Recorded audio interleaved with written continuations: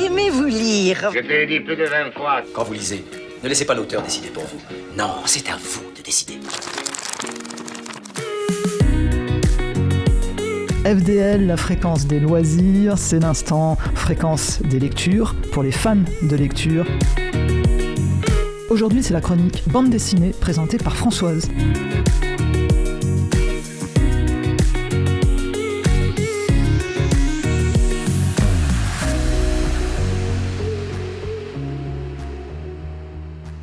En juin 2021, je vous faisais une chronique sur une bande dessinée qui m'avait juste émerveillé.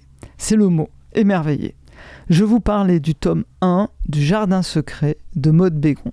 Alors je ne vais pas vous la refaire, bien sûr, et je suis certaine qu'en cherchant bien sur notre site internet ou sur notre page YouTube, vous finirez par trouver cette chronique. Je crois bien que si je devais faire un classement des BD, le Jardin secret de Maud Bégon serait tout là-haut, au top des tops des BD à lire, à relire et surtout à conserver dans sa bibliothèque pour la relire de temps en temps quand le temps est maussade et qu'on a besoin d'un petit rayon de soleil. À l'époque, je restais un peu sur ma faim, même beaucoup sur ma faim, et j'attendais patiemment le tome 2.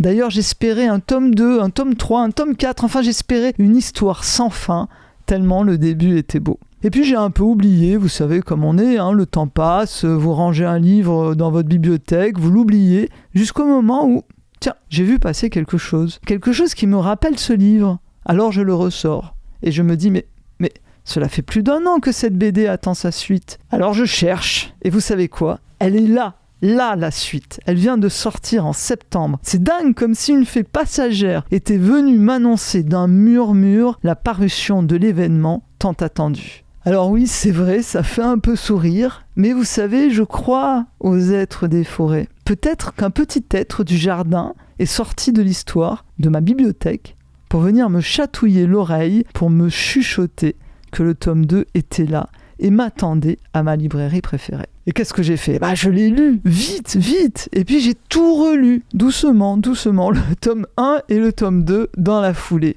Dans le tome 1, on découvrait Marie, petite fille bougon, désagréable, presque méchante, qui après avoir perdu ses parents se retrouvait dans un vieux manoir anglais, entourée d'un oncle irascible et d'adultes très très sérieux. Et puis cette enfant disgracieuse et malpolie se transforme comme un jardin qui prend vie à l'approche du printemps.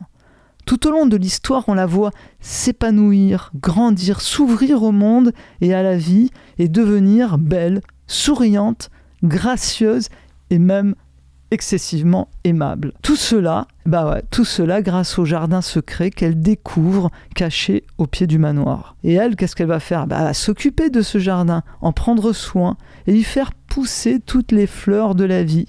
Et ça va la faire pousser elle aussi vers le bonheur et découvrir les rires et les chants des oiseaux. Et puis à la fin de l'histoire, il y a l'autre enfant, le garçon caché. Il y a Colline, que l'on va découvrir dans le tome 2. Et j'ai compris à la lecture du tome 2 que le tome 1, c'était le fleurissement de Marie. À la fin du tome 1, Marie est heureuse, souriante, et on découvre Colline. Lui, c'est son opposé. Un opposé qu'elle aussi découvre avec stupéfaction. Colline, c'est le garçon perdu du manoir, le garçon qui est ce que Marie était à son arrivée au manoir, un enfant désagréable, méchant et excessivement colérique.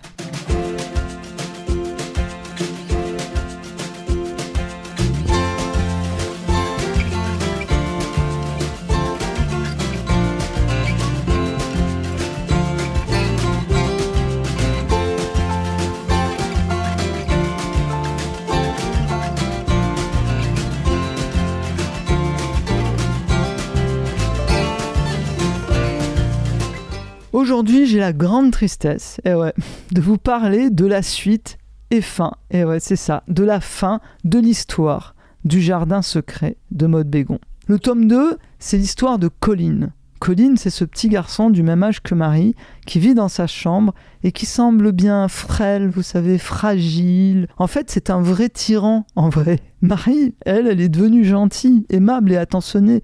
En face d'elle, on a Colline, un petit raja qui commande, qui donne les ordres, qui hurle aux oreilles de tout le monde. de Marie, des servantes. On n'entend que lui dans la maison quand ça hurle.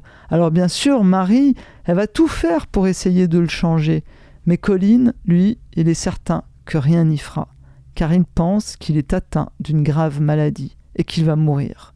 D'ailleurs, tout le monde le pense. Des servantes au jardinier et même son propre père ne veut plus le voir, car il pense aussi que son fils va mourir. C'est une histoire triste que la vie de cet enfant. Et il porte sur ses épaules un terrible secret qui l'enfonce dans le désespoir et la tristesse. Mais attention, Marie est là.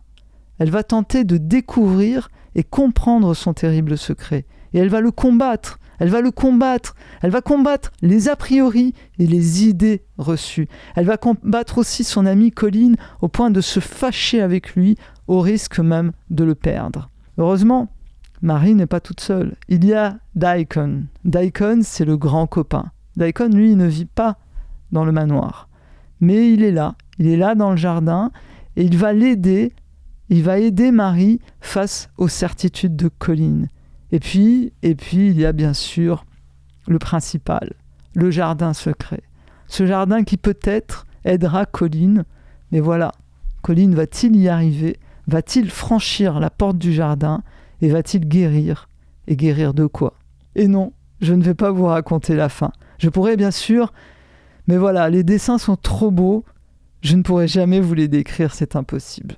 Alors n'hésitez pas, courez les commander à votre libraire le plus proche. Je vous promets, vraiment, je vous promets une très belle découverte pour les petits comme pour les grands. Et je tenais à dire merci à Maude Bégon, scénariste, illustratrice, dessinatrice pour ce beau tome 2. Et aussi, je tenais à lui dire pas merci du tout, non, avec ce tome 2.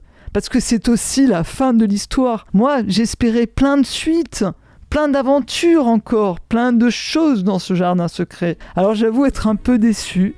Bon, je le relis plusieurs fois. Cette belle histoire, je la relis et je vais ranger ces 2 tomes dans une belle place de ma bibliothèque et attendre tranquillement qu'un petit oisillon vienne me chanter à l'oreille qu'il est temps d'aller se détendre dans ce beau jardin secret.